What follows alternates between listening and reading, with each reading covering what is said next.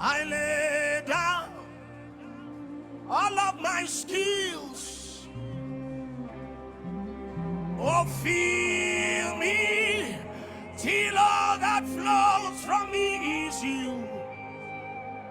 Find me and make me true, oh God. I lay down all that I know. I lay down all of my skills. You feel me till all that flows from me is you. Find me and make me true.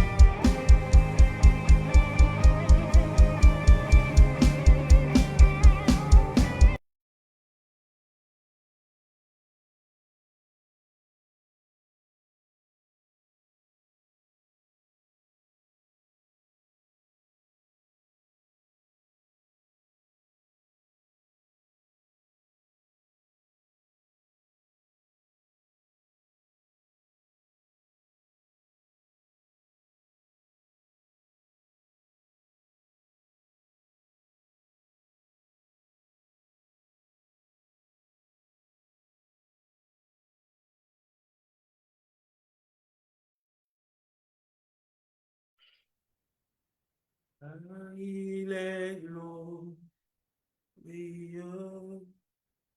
et digne de régner. L'agneau est souverain.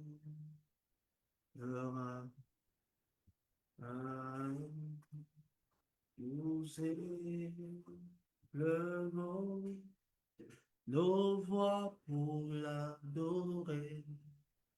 L'agneau est souverain.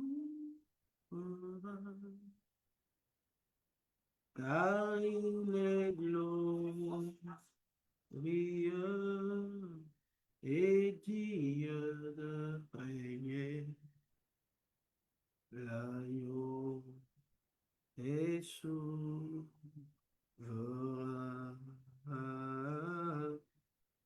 Nous élevons nos voix pour l'adorer. L'agneau est souverain. Amen. Bien-aimés dans le Seigneur, soyez richement bénis. Que la grâce et la paix du Seigneur nous localisent là où vous êtes. Celui qui nous a appelés à cette belle œuvre est souverain. Il est au-dessus. Quelles que soient les difficultés que nous traversons, nous devons croire que notre Dieu est souverain. Il est assis sur son trône et ce qu'il nous a demandé de le faire lui-même, il est l'auteur de cela. Amen. Il est l'auteur de cela. Amen. Donc, c'est lui qui produit en nous le vouloir et le faire. Et il produira en toi le vouloir et le faire, conformément à sa grâce. L'heure des grandes victoires, nous croyons toujours que quel que soit ce que nous voyons, les grandes victoires sont assurées. Nous savons que notre Dieu est fidèle. Il ne manquera jamais de nous accompagner là où il nous envoie. Le Seigneur ne nous envoie pas quelque part et nous laisse orphelins. Lorsqu'il nous envoie, il nous accompagne toujours. C'est cela le mystère de la mission. Alors que des hommes peuvent envoyer et n'ont pas la capacité de pouvoir soutenir leur appel, quand Dieu nous envoie quelque part, il est avec nous. Il a dit dans sa parole, je serai avec vous tous les jours jusqu'à la fin du monde, alors que vous allez et que vous faites ce que je vous ai commandé. Alors nous disons merci au Seigneur qui nous a donné le privilège de nous réunir, quel que soit le nombre que nous formons en ligne à cette heure-ci. Nous rendons grâce à Dieu qui nous a permis en direct de nous rassembler et de prier pour la mission. De prier pour que l'œuvre du Seigneur puisse aller de progrès en progrès. Alors, dis au Seigneur, je m'humilie devant ta face. Donne-moi des mots. Donne-moi la capacité pour annoncer avec hardiesse le plan éternel de Dieu en Jésus-Christ. Le plan de salut éternel de Dieu en Jésus-Christ. Le plan éternel de salut éternel de Dieu en Jésus-Christ. Et c'est cela que l'apôtre Paul va demander. Priez pour moi pour que j'ai les mots pour annoncer avec hardiesse, pour annoncer avec détermination, avec ardeur, avec pouvoir, avec capacité, avec puissance. Parce que des temps viennent où nous ne pourrons pas annoncer l'évangile de Jésus-Christ avec hardiesse. Le temps vient, nous ne pouvons pas, nous trouvons faibles. Nous devons prier que Dieu nous donne la force, non seulement dans notre corps, mais la force sur nos lèvres pour annoncer. Alléluia. Quand nous ouvrons la bouche, tu vas dire au Seigneur, quand j'ouvre ma bouche, je veux annoncer tes desseins éternels, tes plans parfaits en Jésus-Christ. Je veux annoncer comment le sang et la chair, le corps de Jésus a été offert pour le salut de l'humanité. Amen. Alléluia. Et l'apôtre Paul parle du mystère de l'évangile. L'évangile est un mystère. Parce que si l'évangile est cerné complètement dans notre limitation humaine, c'est que nous n'avons pas encore compris l'évangile. L'évangile est un mystère. Il y a beaucoup de réalités que nous devons apprendre à connaître progressivement dans l'évangile. Mais le fondement de l'évangile est la mort et la résurrection de Jésus-Christ. Alors, bien-aimé, tu vas dire, Seigneur, comme l'apôtre Paul ce soir, selon ce qu'il a prié, a demandé dans Éphésiens chapitre 6, verset 19, je prie également afin d'avoir quand j'ouvre la bouche, la connaissance de l'évangile et l'engagement à prêcher l'évangile ardemment et librement. Amen. Ardemment et librement le mystère de l'évangile. Prie encore avec moi. Seigneur, aide-moi quand j'ouvre la bouche, tous les jours quand j'ouvre la bouche, de faire connaître hardiment et librement le mystère de l'évangile à tous ceux qui m'entourent. C'est en cela que je serai vraiment appelé un fils de Dieu révélé. Amen. Que Dieu vous bénisse très abondamment. Alors que vous êtes conscient que nous partageons un moment hautement prophétique, nous allons prendre notre téléphone et le partager à quelqu'un maintenant et dire, Seigneur, aide-moi à entrer pleinement dans la mission que tu as tracée pour moi. Aide-moi à entrer dans la mission que tu as tracée pour moi. Au nom puissant de Jésus-Christ. Aide-moi à entrer dans la mission que tu as établie pour moi. Au nom de Jésus-Christ. Que Dieu te soutienne alors que tu partages ce moment à quelqu'un qui a besoin de l'entendre. Amen. Dieu nous demande d'aller. Dieu nous demande d'accomplir les œuvres excellentes qu'il a établies en Jésus-Christ pour nous, afin que nous ayons la vie et que nous touchions les récompenses éternelles en Jésus-Christ. Parce que tous ceux qui s'engagent à devenir des bras de Jésus, des soldats, des instruments que le Seigneur Jésus utilise encore sur la terre pour l'avancement de son œuvre, ils seront récompensés de façon extraordinaire dans les cieux. Aujourd'hui, nous cherchons la récompense sur la terre, un salaire humain, un gain qui aura certainement une fin. Mais ce que nous devons apprendre et à regarder, c'est le salaire éternel qui ne finit jamais, que Dieu te donne en Christ Jésus, parce que tu auras fait son travail, ce qu'il te demande. Et son travail, ce n'est pas juste à venir jouer un piano, venir jouer une guitare ou venir juste chauffer les bancs de l'église. Non. Le véritable travail qu'il demande, c'est de prêcher l'évangile et d'amener des âmes à être sauvées en Jésus-Christ. C'est ça l'œuvre de Dieu. Oui, c'est ça l'œuvre de Dieu. L'œuvre de Dieu, c'est faire des disciples, point. L'œuvre de Dieu, c'est le faire. C'est prêcher l'évangile partout dans le monde. Aller partout dans le monde. C'est pourquoi l'ordre commence par dire allez, parce que nous aimons rester.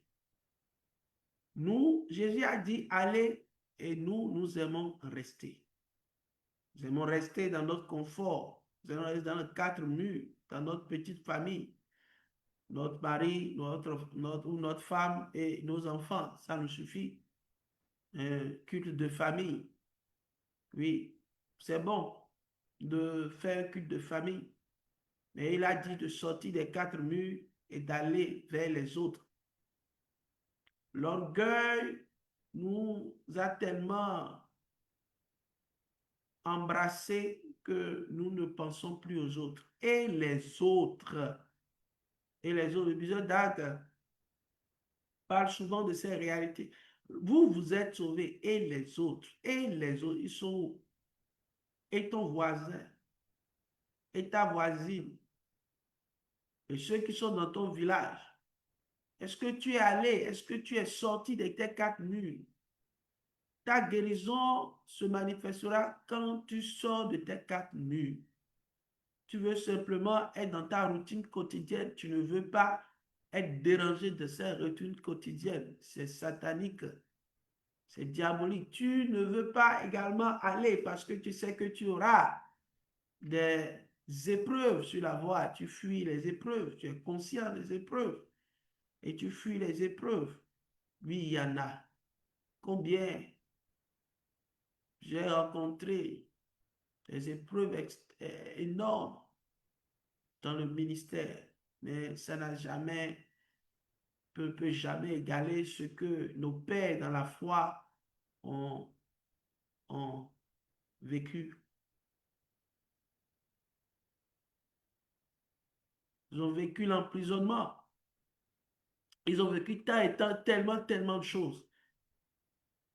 Qu'est-ce que toi, tu as déjà vécu pour l'évangile? Les insultes, le rejet, les souffrances financières, ça ne vaut rien devant ce que certaines personnes ont vécu. Certains pasteurs, à cause de leur engagement à annoncer Jésus, ont perdu toute leur famille. Toutes leurs familles ont été brûlées. Leurs femmes, leurs enfants ont été brûlés. Eux-mêmes, leurs mains ont été coupées. Ils ont été victimes de tellement, tellement, tellement de souffrances. Ils ont tout perdu. Tout leur commerce a été brûlé. Tout ce qu'ils possédaient a été détruit. Leur voiture a été brûlée. Tout ce qu'ils possédaient. Et eux-mêmes sont morts, martyrs. Imaginez. Donc, ne pense pas à toutes les difficultés que tu auras lorsque tu vas t'engager à servir le Seigneur, à faire des disciples, à aider d'autres à venir dans le camp du Seigneur Jésus. Je suis simplement en train de te dire que tu dois aller. Tu dois voyager de ta propre initiative avec un compagnon de destinée. Prenez votre billet vous-même. Allez au loin. Allez sortir du pays juste pour annoncer l'évangile et revenez. Des fois, on dit on sort du pays. Je vais à Lomé, je vais au Ghana, je vais au Kenya pour des vacances. C'est bon, mais est-ce que tu peux prendre ton billet et sortir du pays, aller au loin, très loin, juste pour annoncer l'évangile, aller en mission et revenir, implanter peut-être une église et revenir, ou prêcher, faire des disciples pendant un temps et revenir? Combien d'entre nous sont prêts à le faire? Mais beaucoup nous sommes prêts à dire, je veux aller en vacances, je vais aller me détendre. Mais combien d'entre nous, nous-mêmes, nous avons pris des vacances et notre objectif dans ces vacances, c'est d'aller simplement parler à quelqu'un, sauver quelqu'un, guérir, prier pour que quelqu'un soit guéri, que le Seigneur nous aide. Tu vas simplement dire, Seigneur, aide-moi, parce que la réalité d'aller n'est pas vraie dans ma vie. Je veux que cette réalité d'obéir à l'ordre, d'aller, selon Matthieu 28, je veux aller, bouger. Aller, c'est un verbe d'action. Vous devez bouger. Nous ne devons pas rester stagner. Non, nous devons bouger. Nous devons être en mouvement. On doit savoir que quelque chose se passe dans notre cœur. Notre foi que nous avons reçue ne doit pas être une foi juste, oui, une foi sur les lèvres. La Bible dit, mon peuple m'honore des lèvres, mais son cœur est loin de moi. Beaucoup de chrétiens, beaucoup de soi-disant chrétiens, leur cœur est loin de l'Éternel. Leur bouche est proche pour dire, oh, j'aime Jésus, mais on ne veut pas aller et honorer Jésus en prêchant sa parole à ceux qui sont perdus. Oui, parce que les gens sont perdus. Et comme nous le faisons chaque vendredi, nous prions pour ceux qui sont perdus. Pour la brebis qui est perdue. La brebis qui est perdue dans ta famille. La brebis qui, Seigneur, souviens-toi de ce frère auquel je pense maintenant. Souviens-toi de lui. Lui, il est une brebis perdue. Et nous prions, Seigneur, Éternel, que tu le ramènes, que tu la ramènes dans la bergerie. Je te prie. Je te prie. Ne permets pas à Satan de détruire sa vie, de capturer son âme d'emprisonner son âme. Délivre-le des chaînes de l'enfer, des chaînes de l'idolâtrie, des chaînes de la mondanité. Il est une brebis perdue. Oh Seigneur, merci parce que tu le fais. Cette brebis perdue dans ta famille sera retrouvée dans le nom précieux de Jésus-Christ. Cette brebis perdue dans ton quartier sera retrouvée. Perdue dans ton église sera retrouvée. Et c'est à toi de devenir le bras de Jésus sur la terre. Et Jésus qui était venu sauver ce qui était perdu, nous aussi, notre mission est d'aller sauver ce qui était perdu. La plupart du temps, au lieu de gagner et de prendre ce qui était perdu, nous chassons même ce que Dieu nous donne. Combien d'entre nous, dans leur orgueil et dans leur manque de patience, chassent même ceux qui doivent connaître la vérité de l'évangile? Ne font pas preuve de patience. Ils disent et ils répètent, celui-là ne changera jamais. Ce n'est pas à nous de juger quelqu'un s'il changera ou pas. Cela revient à Dieu qui change les cœurs. Aucun d'entre nous ne peut changer les cœurs. Nous pouvons simplement apprécier une réalité négative, mais nous ne pouvons pas donner une signature euh, éternelle d'un manque de changement de quelqu'un. Nous devons faire preuve plutôt d'humilité et prier chaque fois que nous voyons une hostilité dans la vie de quelqu'un en disant, Seigneur, tu peux le changer. Tu peux le changer. Tu peux l'affecter par la puissance de ton évangile. La Bible déclare que l'évangile est la puissance de Dieu pour le salut de quiconque croit. Amen. Nous devons savoir que cette puissance peut agir dans la vie de quiconque croit. Alors nous disons non simplement que leur incrédulité devienne une foi. Leur incrédulité devient une foi parce que beaucoup sont aveuglés. Et nous devons prier pour tous ceux qui sont aveuglés.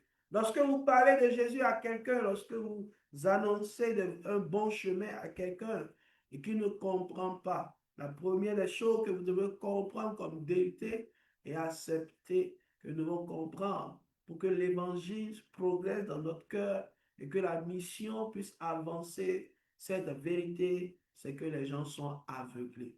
Aveuglés par des démons, aveuglés par leur plaisir. Parce que la Bible dit que le temps viendra où les gens aimeront le plaisir plutôt que Dieu. Il viendra un temps où je vais écrire un livre vraiment qui est révélation sur cela. Le Dieu plaisir. Le Dieu plaisir. Le Dieu plaisir. Les gens aiment le plaisir sexuel plus que Dieu. Ils aiment le plaisir d'avoir une puissance surnaturelle plus que Dieu. Ils aiment le plaisir de boire plus que Dieu, le plaisir de sortir pour aller en boîte de nuit plus que Dieu, le plaisir de s'évader plus que Dieu. Tellement de plaisir que les gens aiment plus que Dieu. Mais tu dois savoir qu'ils sont aveuglés. Le plaisir de fumer plus de fumer. Et c'est leur Dieu. Et tout ce que tu aimes plus que Dieu est une idole. Donc le plaisir plus que Dieu. Et Dieu a permis que tu aies du plaisir sur la terre. Mais quand tu aimes le plaisir plus que Dieu, tu es dans l'idolâtrie. L'idolâtrie t'entraînera en enfer. L'idolâtrie entraînera les gens en enfer. Et c'est une réalité. C'est pourquoi nous devons prier. Nous prions en cette heure. En cette heure, nous disons à Dieu, Père, dans le nom de Jésus, n'oublie pas ceux-là qui sont aveuglés. Ceux qui vivent dans l'aveuglement spirituel, enlève le voile. Qui soient engagés dans un aveuglement de la sorcellerie, du vol, de l'idolâtrie, de toute forme de choses éternelles, Dieu vient à eux, de prostitution, de blasphème, d'orgueil, de toute forme de situation. Père, dans le nom de Jésus, engage, Seigneur, ton amour envers eux. Engage ton amour envers eux. Engage ta puissance envers eux. Père, nous te rendons grâce parce que tu n'abandonnes pas ceux qui te cherchent. Et nous te cherchons pour que tu aies pitié de ceux qui sont aveuglés dans le monde entier, dans notre famille, autour de nous, ceux qui vivent dans l'aveuglement. L'aveuglement, ils aiment le plaisir, ils aiment l'amour des hommes plus que Dieu. Ils sont aveuglés dans tellement et tellement de choses. Dans le nom de Jésus, nous prions que ta grâce les environne au nom de Jésus. Nous prions chaque vendredi pendant l'heure de grande victoire et je sais également l'année prochaine, la saison 3, nous allons faire la même chose. Parce que c'est l'ordre que Dieu m'a donné. Ah oui, et ces sujets de prière par rapport à la mission sont terribles. Lorsque nous prions pour la mission, nous devons prier pour qu'il y ait des ouvriers. C'est la recommandation de Jésus-Christ. Lorsque vous priez pour la mission, lorsque vous priez pour que l'œuvre de Dieu croisse partout autour de vous, dans les nations, partout autour de vous, dans votre famille, dans vos entreprises, vous devez prier qu'il y ait des ouvriers. La Bible dit que Jésus a regardé la foule et fut ému de compassion envers cette foule. Et était foule sans berger, une foule, une brebis sans, il n'y a point de berger. Alors, Jésus a dit, priez donc le maître de la moisson d'envoyer des ouvriers dans la moisson. Matthieu 9, verset 36 à 38. Alors nous prions simplement cette requête 3 fois et nous disons notre prière, Seigneur, ce soir, toi le maître de la moisson, envoie des ouvriers dans ta moisson. Oh, nous prions, Seigneur, toi maître de la moisson, envoie des ouvriers dans ta moisson. Oh, nous prions, toi, ô Seigneur Jésus, maître de la moisson, envoie des ouvriers dans ta moisson. Suscite des hommes et des femmes ouins, engagés, fortifiés, qui sont obéissants en tout point, en ton nom, et qui suivent des personnes que tu leur donnes comme guide, comme berger, pour accomplir vraiment leur destinée sur la terre. Père éternel, nous savons que nos prières ne sont pas vaines. C'est pourquoi nous prions selon ta promesse, toujours dans Matthieu chapitre 9, verset 36.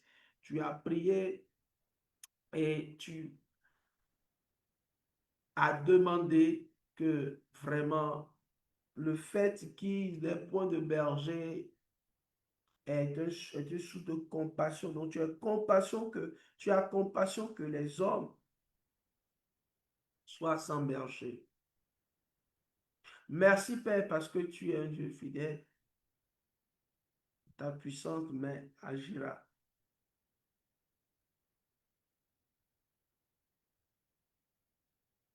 Merci pour ta compassion envers les hommes. Merci pour ton amour envers les hommes. Merci pour ta grâce envers les hommes. Parce que tu veux qu'ils aient un bon berger. Alors fais de nous de bons bergers. C'est notre prière. Conformément à ta promesse. En Jérémie 3, verset 15. Je vous donnerai des bergers selon mon cœur. Et vous paîtront avec intelligence et avec sagesse. Père, dans le nom de Jésus. Je prie pour que la grâce, l'onction de berger soit répandue sur toute personne dans la mission Souffle Nouveau, pour toute personne dans toutes les églises engagées pour ton œuvre. Je prie au nom puissant de Jésus que ta main les touche, que ta main les touche, que ta main les touche. Ta main qui donne sagesse, ta main qui donne intelligence, intelligence. Au nom de Jésus, I pray, je prie maintenant que ta grâce et ta main les touche, ta main les touche, que ta main les touche, que ta main nous touche pour plus d'intelligence, pour plus de sagesse, pour savoir conduire les hommes, pour pouvoir conduire les gens vers toi au nom de Jésus. Le cœur de berger qui est un cœur de sacrifice donne à ce que nos cœurs soient engagés dans l'esprit de sacrifice. Celui qui est berger est quelqu'un qui aime se sacrifier pour les autres. Donne-nous l'engagement et l'esprit de sacrifice pour être de bons bergers selon ton cœur. Parce que toi, tu as aimé le monde entier et tu t'es donné en sacrifice. Seigneur, donne au cœur. Nous prions maintenant pour tous les serviteurs de Dieu, comme nous le faisons chaque vendredi. Nous prions que la grâce leur soit donnée, la puissance leur soit donnée.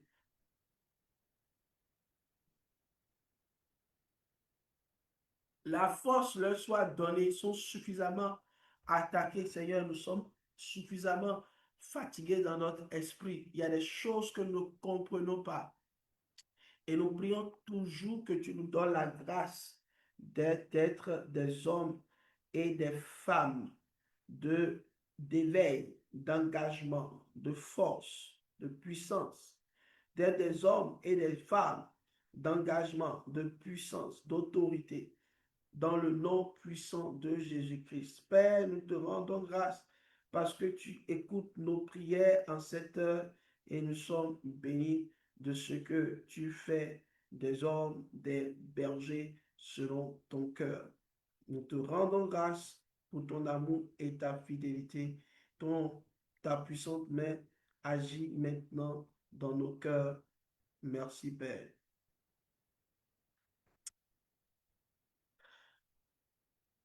Nous prions, Seigneur, nous prions pour que ton esprit agisse sur nous, l'esprit sur nous. Nous prions pour la dimension de l'esprit sur nous. Vous savez, n'oublions jamais, conformément à ce que Jésus a dit, avant de prêcher, il a dit que l'esprit du Seigneur était sur nous. Souvent, nous ne prenons pas le temps d'invoquer la présence du Saint-Esprit, d'évoquer l'onction du Saint-Esprit avant d'accomplir une certaine œuvre pour le Seigneur. Parce que ce qu'il a demandé, c'est que nous puissions aller par la puissance du Saint-Esprit. Vous recevez une puissance du Saint-Esprit survenant sur vous et vous serez mes témoins.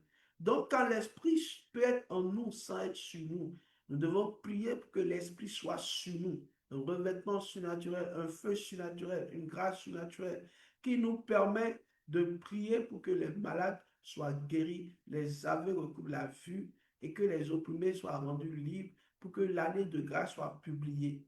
Amen.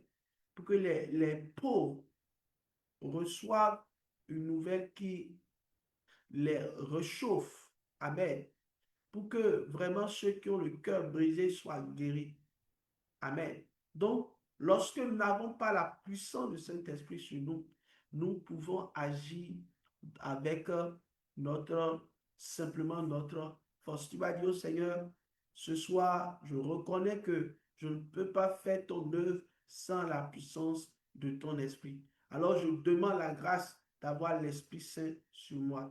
Il a dit, soyez remplis du Saint-Esprit, soyez remplis du Saint-Esprit. La plénitude du Saint-Esprit. Et nous demandons également la grâce d'avoir l'Esprit de Dieu sur nous et d'une grâce de la plénitude jusqu'à débord. Cela déborde, cela vient sur nous. Cela est sur nous comme un revêtement. Alors nous prions que même à des kilomètres, que l'ennemi sache, que Satan sache qu'il a un fils de Dieu qui se révèle par la puissance du Saint-Esprit. Saint-Esprit, nous t'aimons. Saint-Esprit, nous avons besoin de toi. Saint-Esprit, nous avons besoin que tu sois sur nous. Nous avons besoin que tu sois en nous.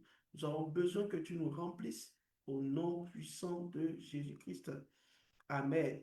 Lorsque nous allons par la puissance du Saint-Esprit, une des choses qui arrive, c'est que nous voyons des puissances des ténèbres tomber. Il y a des puissances qui sont ébranlées, des puissances dans les familles qui sont ébranlées par la prédication de l'évangile. Lorsque vous allez vraiment sur le terrain, lorsque vous allez visiter les familles, n'oubliez jamais de prêcher l'évangile.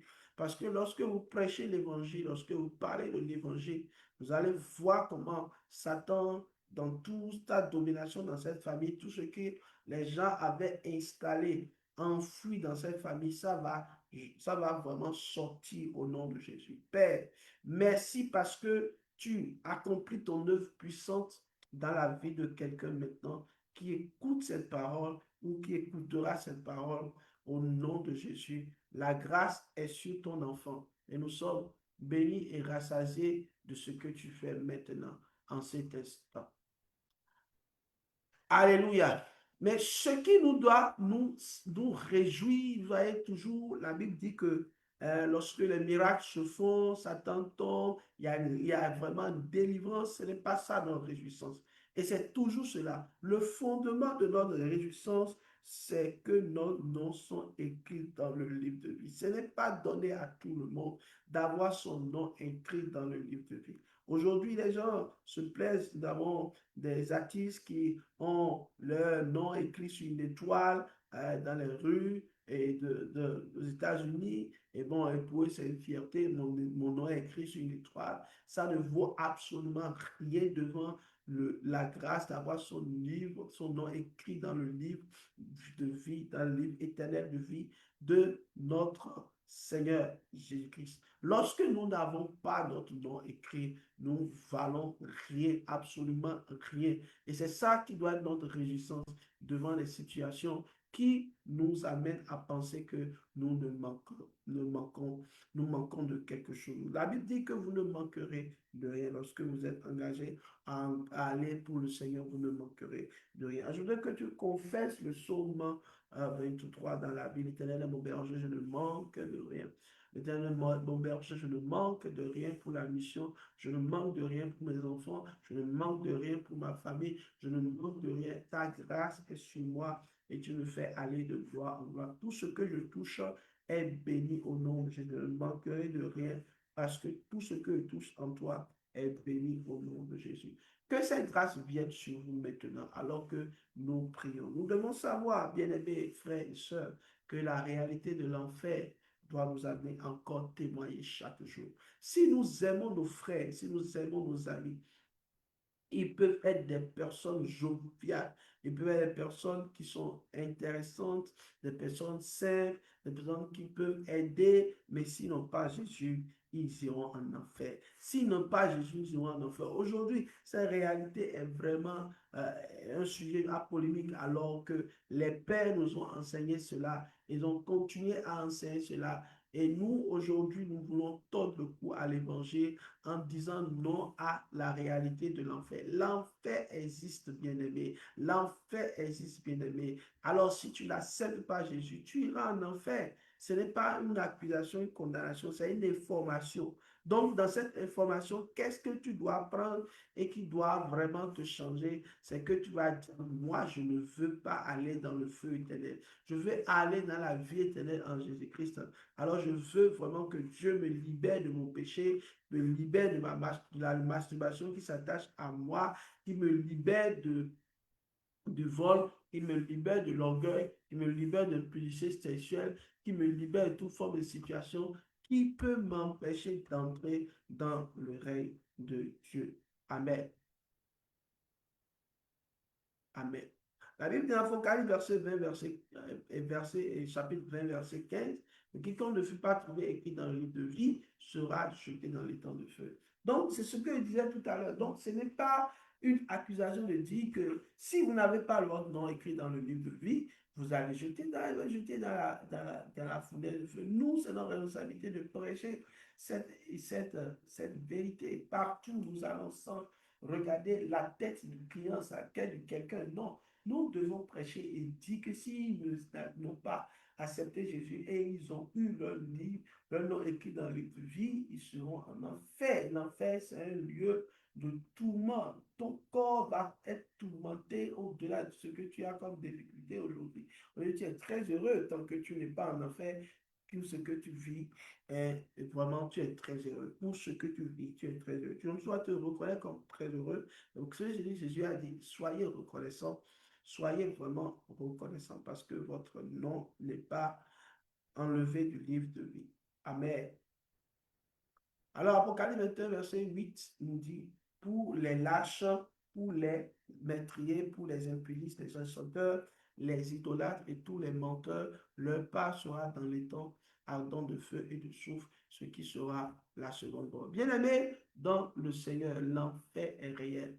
L'enfer est réel. Et nous devons savoir que notre vie de péché est notre comptabilité pour l'enfer. Comment nous engageons pour amasser autant de péchés, nous sommes hors vraiment du plan parfait du Seigneur. Nous devons savoir que Dieu nous appelle vraiment à ne pas avoir ces marques autour de nous. Je prie pour toi maintenant. Je prie pour tout chacun de nous. Je prie pour tout chacun de nous, Maître, au nom puissant de Jésus, tout ce qui est un péché mignon dans la vie de quelqu'un maintenant, je prie maintenant que, ô Éternel, tu visites cette personne et que tu libères cette personne de toute forme de péché mignon dont il ne s'en débarrasse jamais. Père, merci. Nous avons passé un excellent moment avec toi, Seigneur Saint-Esprit. Et nous tenons également à honorer le Seigneur qui nous a permis quand même d'être là. Hier, nous n'avons pas pu parce que nous avons eu un souci avec notre téléphone. Bien-aimé, que Dieu vous bénisse très abondamment. Nous allons finir sur cette note et nous prions que Dieu, par sa grâce, continue par vous aider et vous donner les moyens de pouvoir faire ce que Dieu vous demande. Amen. Que Dieu vous bénisse. Demain, nous sommes là. Nous n'avons pas pu vraiment hier faire un programme. Vraiment, nous prions que Dieu, le Seigneur, nous aide demain à nous connecter et à prier. Et oui, le Seigneur fera un miracle dans nos vies. Demain, c'est le samedi guérison. Et dans le calme et la tranquillité, le Seigneur fera un miracle dans nos vies. Soyez bénis. La grâce du Seigneur soit répandue sur chacun et sur tous. Merci d'avoir passé ce merveilleux moment dans la présence de Dieu avec nous. Amen, amen et amen. Samedi guérison, appelle ton frère, ta soeur, connectez-vous demain, par la grâce de Dieu, à la même heure. Nous serons en ligne et nous allons écouter de très, très bonnes choses, de très bonnes choses pour notre guérison, notre libération. Au nom de Jésus. Seigneur, merci pour chaque personne qui écoutera ce message. Je prie que la grâce de Dieu le localise et le touche pour de plus grandes choses. Merci pour ce que tu fais. Sur les situations dans lesquelles il doit se retrouver, Seigneur, délivre complètement. Merci, Père, pour ton œuvre. Au nom de Jésus, nous avons prié. Amen. Bye bye.